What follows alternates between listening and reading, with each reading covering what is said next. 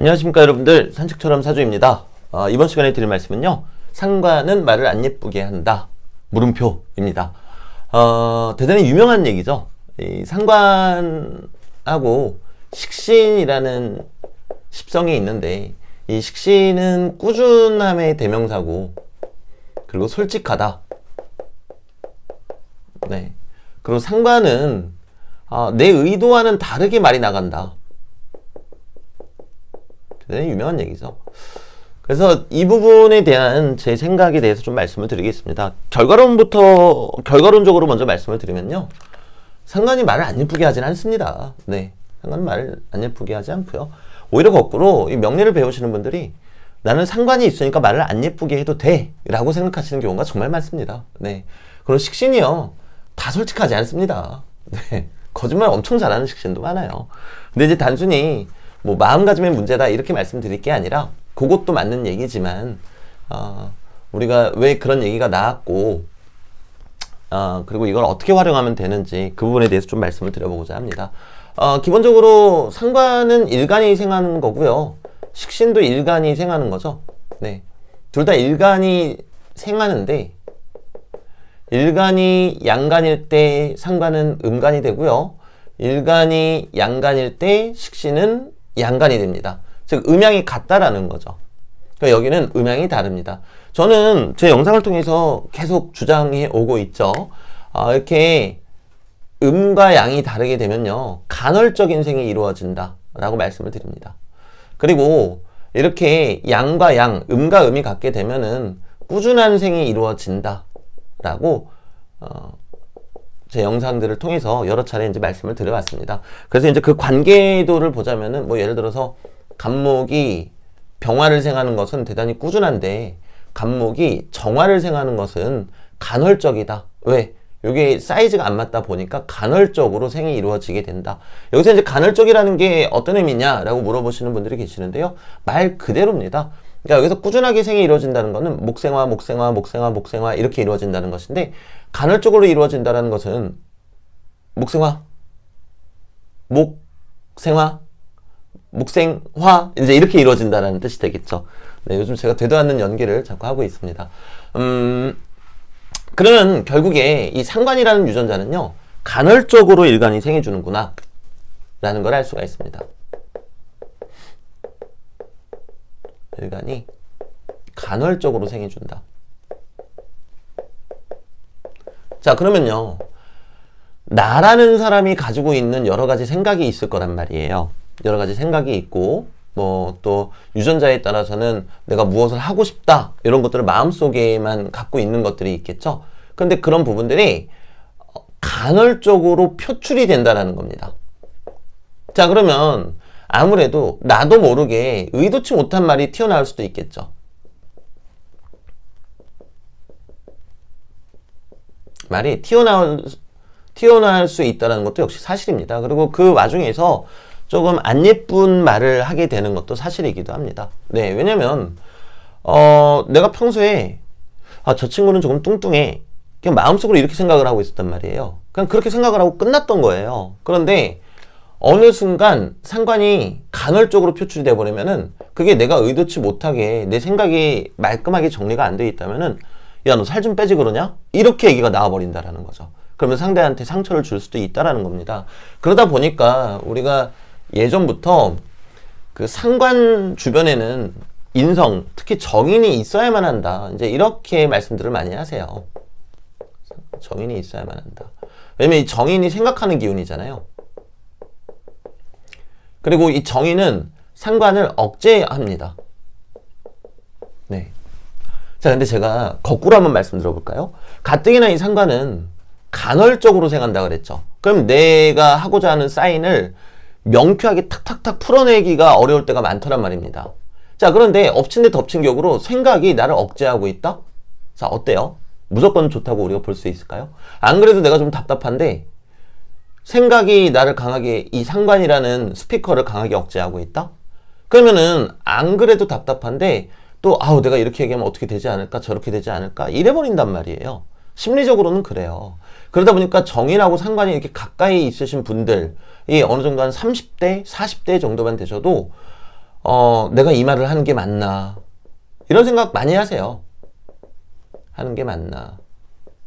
또는 내가 이 얘기를 해가지고 상대에게 상처를 주지 않나? 네. 그럼 오히려 이러다 보니까 내 주장을 해야 될 때 못하고 안 해야 될 때 해버리고 막 이런 뒤죽박죽적인 상황도 많이 생기더라는 말이죠. 그러니까 우리가 상관 주변에 정인이 있다고 무조건 좋아할 게 아니고요. 마찬가지예요. 편인 옆에 식신이 있게 되면요. 식신은 내가 하고 싶은 말을 하고자 하는 심리잖아요. 근데 편인은 강한 생각으로 이거를 부여잡고 있단 말이에요. 억제하고 있단 말이죠. 그럼 내가 말하고 싶은 거 속 시원하게 못 하잖아요. 그죠? 그런 의미에서는 조금은 내가 불편하다, 심리적으로. 그러니까 무조건 우리가 상관을 정인이 견제한다고 상관패인이다, 이렇게 좋게만 볼 게 아니라 그 명식이 심리적으로 어떠한 상황을 갖게 되는지 그런 것들도 한번 살펴볼 필요가 있다라는 거죠.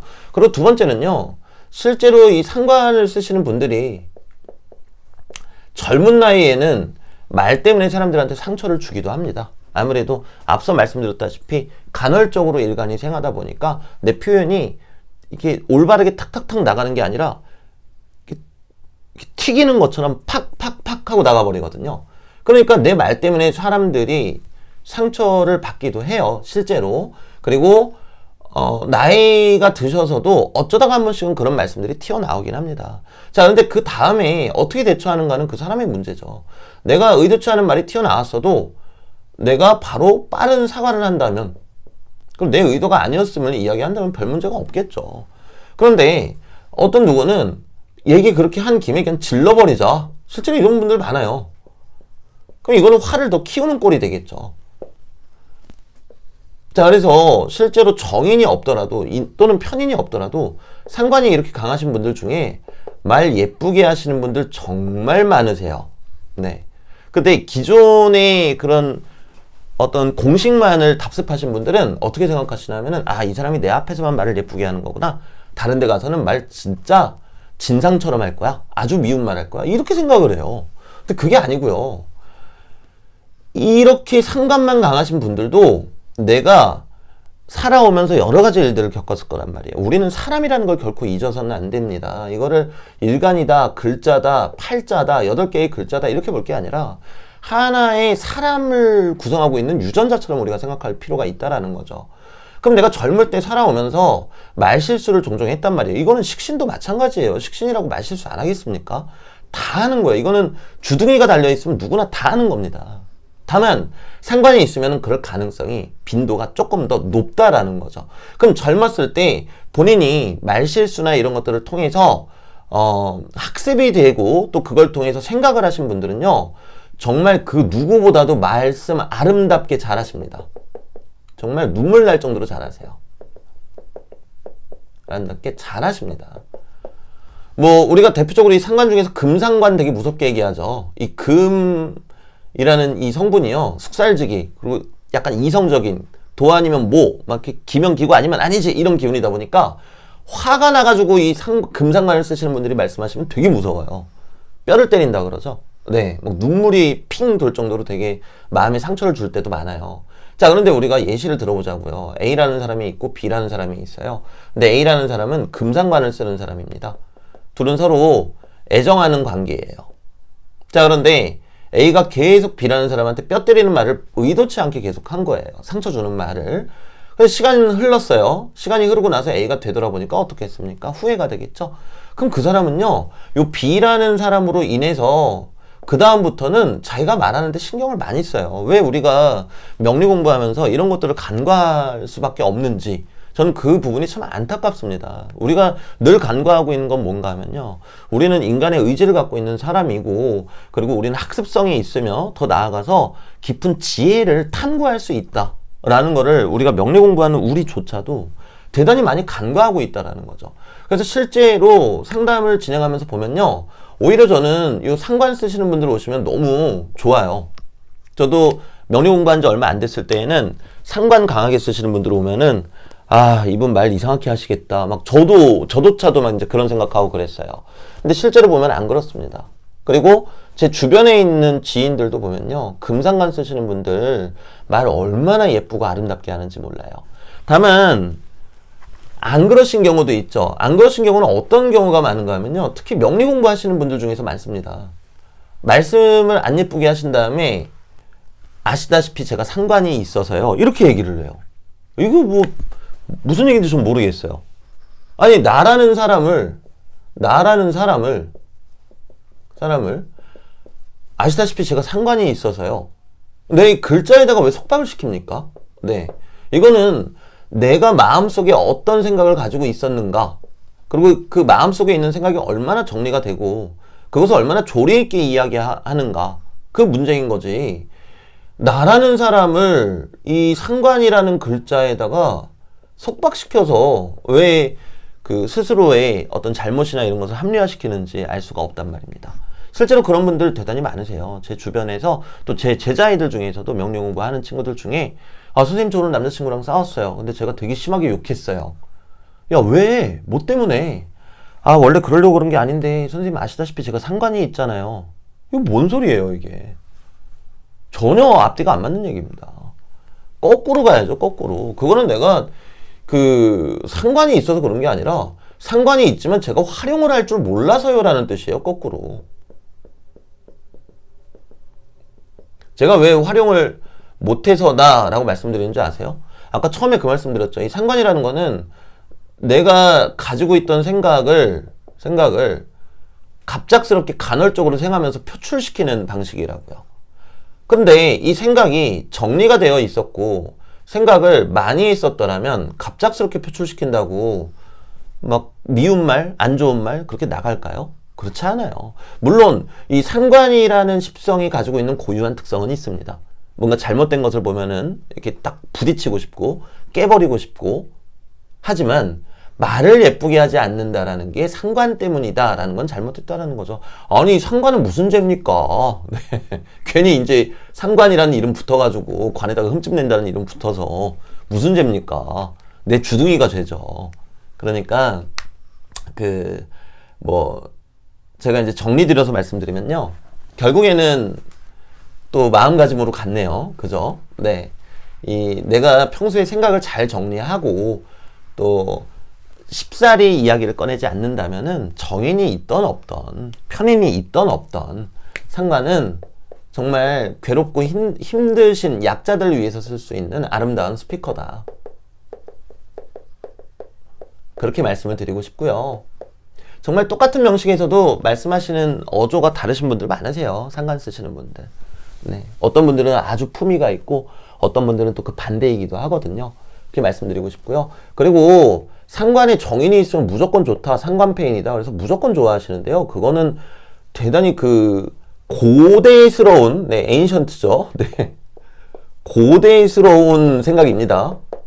네. 고대스러운 생각이에요. 왜냐면 언제적 얘기입니까 이게. 네. 내가 내 표현을 하고 싶은데 생각이 가로막아가지고 내 표현을 못한다? 이거 무조건 좋게 볼 거 아니에요. 답답할 수도 있어요. 네. 물론 정인이 있게 되면은 내가 생각을 하고 이야기를 하는 거니까 또 좋은 점도 있어요. 다만 반대로 내가 근질근질해가지고 말하고 싶은데 이 정인이 붙잡고 있으니까 얘기 못한다고요? 그럼 얼마나 답답해요.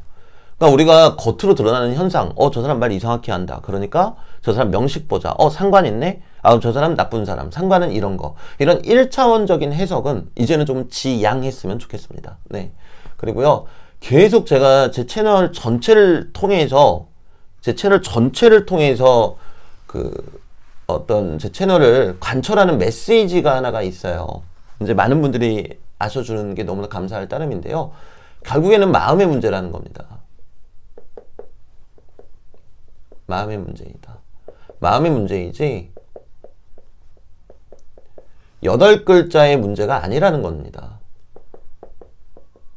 8글자의 문제라면은 똑같은 명식이 똑같이 상관을 쓸 때 누구는 말을 안 예쁘게 하고 누구는 말을 너무나 아름답게 하는 그런 상황은 생기지 말아야죠. 그때 가가지고 태어난 환경이 달라서 그래요? 그것도 맞는 얘기긴 해요. 하지만 그 무엇보다도 내가 인간 의지를 갖고 있는 우리가 마음을 어떻게 가지고 있는가가 정말 중요한 게 아닌가라는 생각을 해봅니다. 그래서 오늘의 결론은요. 상관이 있으신 분들은 정인을 애타게 찾으시더라. 근데 그게 무조건 좋은 것만은 아니다. 왜? 내가 말하는 데 있어서 수많은 고뇌를 하도록 하기 때문이다. 또 좋은 점도 있겠죠. 생각이 깊어진다. 생각이 깊어지고 말하니까. 하지만 본인 입장에서는 답답할 수 있다. 이거고요. 첫 번째가. 그리고 두 번째는 결국에는 또 마음의 문제다. 그러니까 우리가 8글자 탓을 하지 말고 우리의 마음, 내가 지금 어떤 상태에 있는지 냉정하게 살펴보면서 하루하루 살아가는 것이 참 좋지 않겠는가. 네, 이렇게 마무리 짓겠습니다. 네, 오늘 영상은 여기까지입니다. 그러니까 상관이 있으신 분들 너무 자책하지 마시고요. 그리고 상관이 있다고 사람 이상하게 보지 마시고요. 네, 그러시면 되겠습니다. 네, 가보겠습니다, 여러분들.